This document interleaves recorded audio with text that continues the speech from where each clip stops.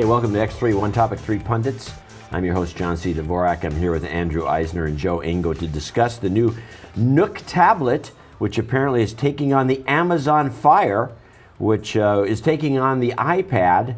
And of course, the only thing that will sell in the long run is the iPad, but I could be wrong.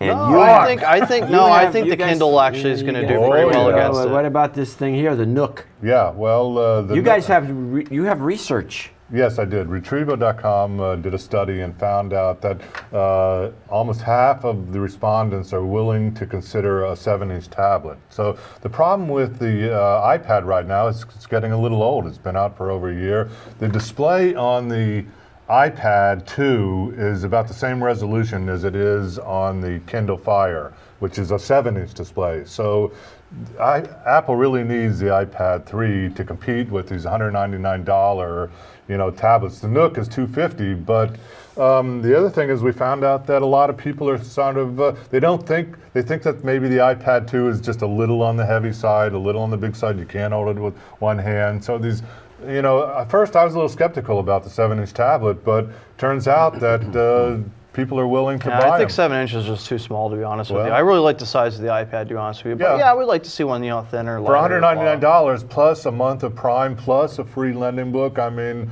I think Amazon won't be able to. I predict they will sell out of these. Well, they'll probably sell out, but I'm sure that Apple will still sell a lot more tablets. What about the Nook?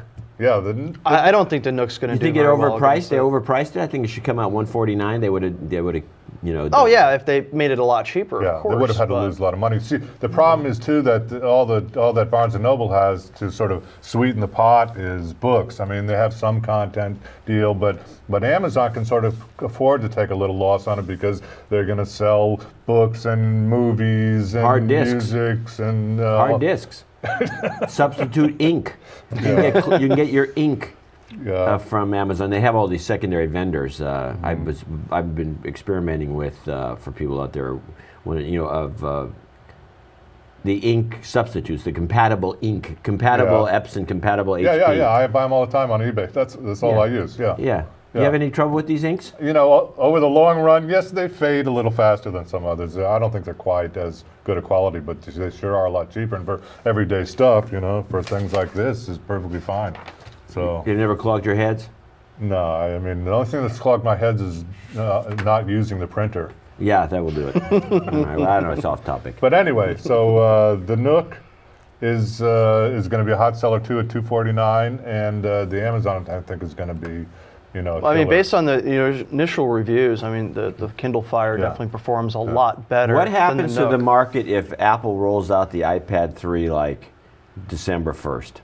Yeah, it'll still be overpriced. The They problem's won't going to come down to price. Yeah. People will be a lot more willing to spend $200. What happens if Apple rolls out the iPad 3 on December 1st and drops the price of all the other iPads to $199? They're not going to do that, but yeah.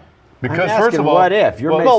What if? Then the Kindle and Nook would just disappear overnight, and nobody would ever hear. Then what you've done is you've given Apple the strategy necessary to destroy the competition. But they don't have to. They don't have to drop the price that much. They're still going to sell it. And they can't because that's Apple's problem. They've never been aggressive enough. They never slammed the pedal to the metal when they could crush the competition. They won't do it.